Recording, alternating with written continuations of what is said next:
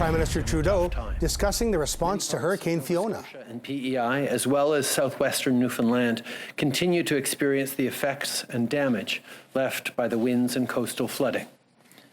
On constate aussi les dégâts des inondations. There's also damage, flooding, and strong winds in the Gulf of St. Lawrence, including at the Île de la Madeleine and in eastern New Brunswick. There will be a lot of work ahead in the coming days and months to clean up and rebuild, but I know that Canadians will be there for each other as always. For my condolences to the loved ones of the woman who lost her life in Port au Basque and to the loved ones of the person who passed away in Prince Edward Island. Canadians are thinking of you in these difficult times. Our thoughts are also with people who've lost homes or businesses, people who've been evacuated and aren't sure when they're going to be able to get home, people who are having difficulty accessing services and support due to road washouts and debris, and people with young kids who won't be going to school today. I want, of course, to thank first responders for their incredible work this weekend and the work they continue to do, as well as thanking Atlantic Canadians who, as always, are being good neighbors to one another, looking out for each other, because that's what Atlantic Canadians do. That's what all Canadians do. C'est traumatisant. It's traumatizing to see your home destroyed or to have to be evacuated in an emergency.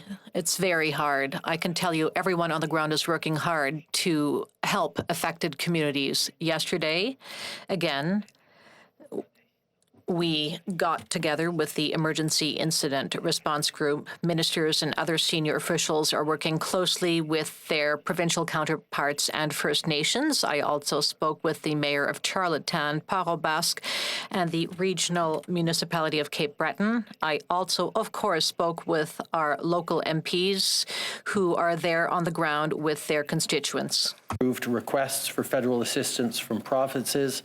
In Nova Scotia, the Canadian Armed Forces are available to clear road links and to restore electricity. On PEI, some smaller communities are isolated and tens of thousands remain without power. The Canadian Armed Forces have arrived to help remove debris from roadways and assist in the restoration of the power grid.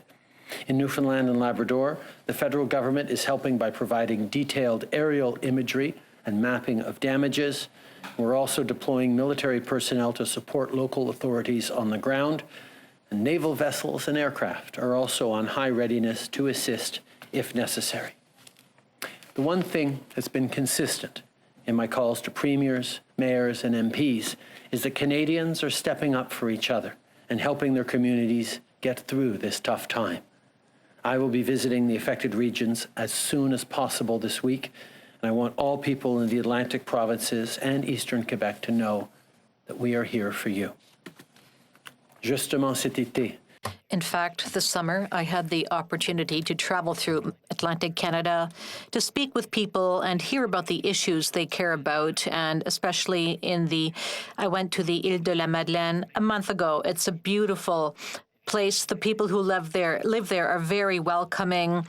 They are always there for each other, and I know they're used to storms, but this one was on a different scale, and we will keep on being there to support them as we will support everyone in that area. I can tell you that we will keep on being there, not just in the days to come, but in the weeks, months, and if need be, in the years to come as well. As we announced on Saturday, those who want to help can go to the Canadian Red Cross website to make a donation, and our government is going to match donations made over the next 30 days. Donate on the Canadian Red Cross website, and our government will match your donations over the next 30 days. I know Canadians are watching with consternation, either the images that they've seen or, like so many Canadians, having friends and family members in Atlantic Canada that we've been worried about. It's an opportunity to step up and give what we can to support people on the ground. Like I said, the government will match those donations to the Red Cross. En terminant aujourd'hui, in conclusion today, I'd like to talk about the situation in Iran. Unfortunately, Iran does not respect human rights, and that's nothing new. The Iranian regime refused to be held accountable, but our government was and is relentless in the pursuit of justice for the families of the victims. We will stop at nothing to ensure that this regime is held to account and that we will support the families until justice is served. We've seen Iran disregarding human rights time and time again, and now we see it with the death of Mahsa Amini and the crackdown on protests. To the women in Iran who are protesting and to those who are supporting you, we stand with you.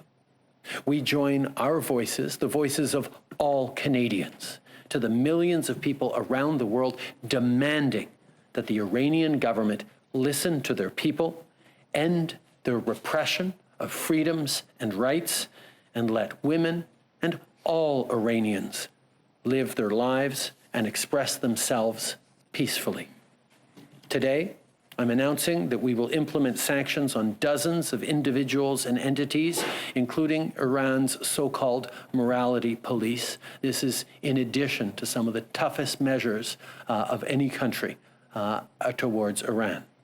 Aujourd'hui, j'annonce qu'on va... Today, I am announcing that we are going to impose sanctions on dozens of individuals and organizations, including on the so-called morality police in Iran, to the women who are demonstrating, and to those who support them. We are there for you and with you. Happy to pass it over to Minister Anand. Okay, we'll leave it there for now. The Prime Minister in Ottawa with other ministers announcing more military aid, more money, more matched donations to Red Cross are being mobilized from the federal government to help the Maritimes recover from Fiona.